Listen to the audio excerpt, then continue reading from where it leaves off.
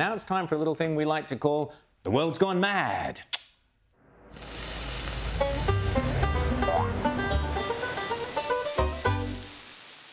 Yes, it truly is a world gone mad and crazy, where what was once the fabled home of honest and trustworthy news, namely this,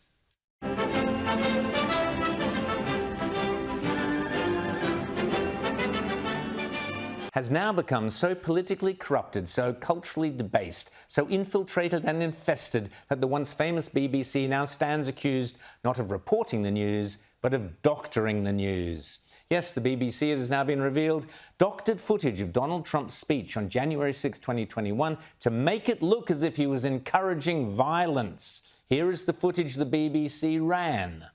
We're going to walk down to the Capitol, and I'll be there with you. And we fight. We fight like hell. But in fact, that footage was a fraudulent edit, taking separate comments from about 50 minutes apart and splicing them together, which is unforgivable from a journalistic and ethical point of view. This is what Donald Trump actually said. We're going to walk down to the Capitol,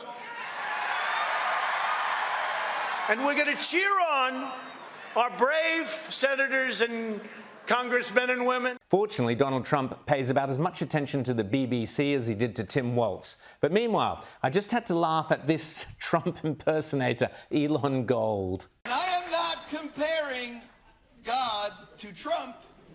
He would. I think God is doing very well. He's doing very well.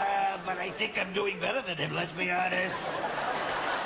I think I'm doing so much better than him. He's not doing as well as I'm doing. He's not doing as well.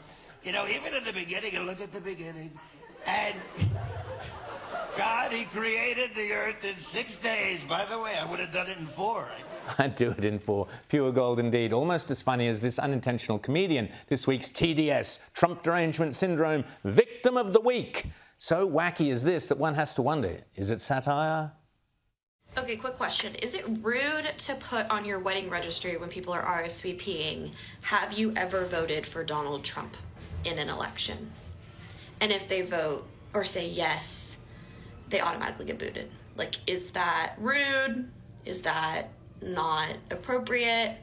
Just trying to figure out who we actually want at our gay wedding in May. Speaking of things so ridiculous they could be satire, it's hard to go past this appalling behaviour on the part of Justin Trudeau's new girlfriend. Yes, the internationally acclaimed astronaut and rather awkward and ungainly pop star Katy Perry, who decided to completely trash the amazing birthday cake that a fan's mum had spent hours making for her birthday. I guess it's the elitist version of let them eat cake on the floor.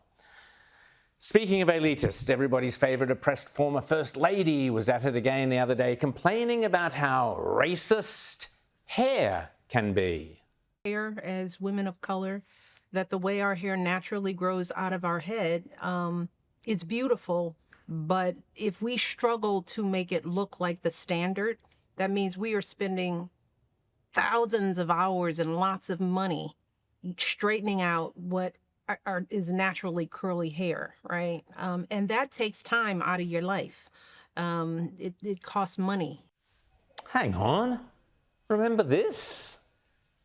So if non-African American women putting in braids is cultural appropriation, isn't Michelle getting her hair straightened also cultural appropriation? Oh, I forgot. The world of woke only ever works in one direction. Silly me. Mind you, while Michelle's off getting her hair culturally appropriated, her hubby, Barack, has been off designing a new library for himself. Yes, the Barack Obama Presidential Library. Sounds grand, and this is how it looks.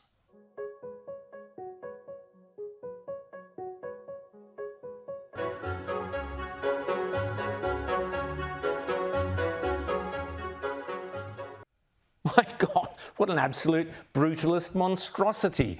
That has culturally appropriated all the finesse, grandeur and artistic inspiration of a Soviet residential housing block circa 1950 in downtown Vorozdenia.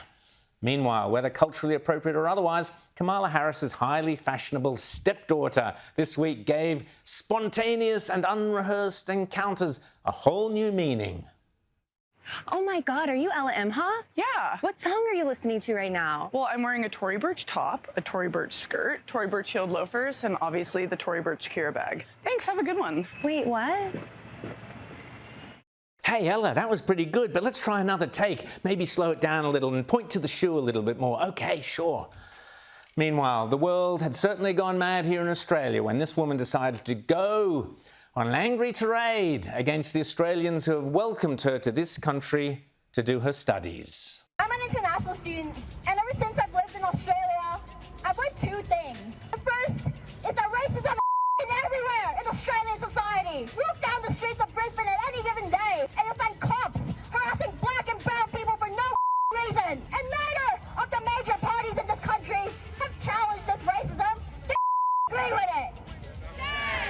Second thing that I've learned, there's a way to push back against these racists. In the far-right marches, the left needs to counter them. You know, racism and far-right bigotry, they're products of a sick capitalist system. We just need to smash this entire system, and we need to build a society that's actually worth living in.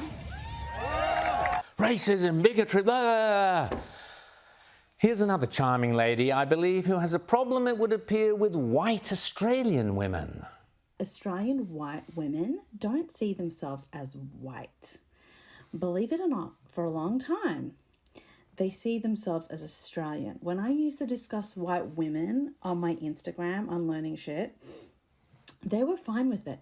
But the moment I started calling out Australian white women, it was flagged as hate speech. Oh, really? Meanwhile, in the UK, now the woke capital of the world, poor old Ricky Gervais has had his ad campaign banned from the London Underground.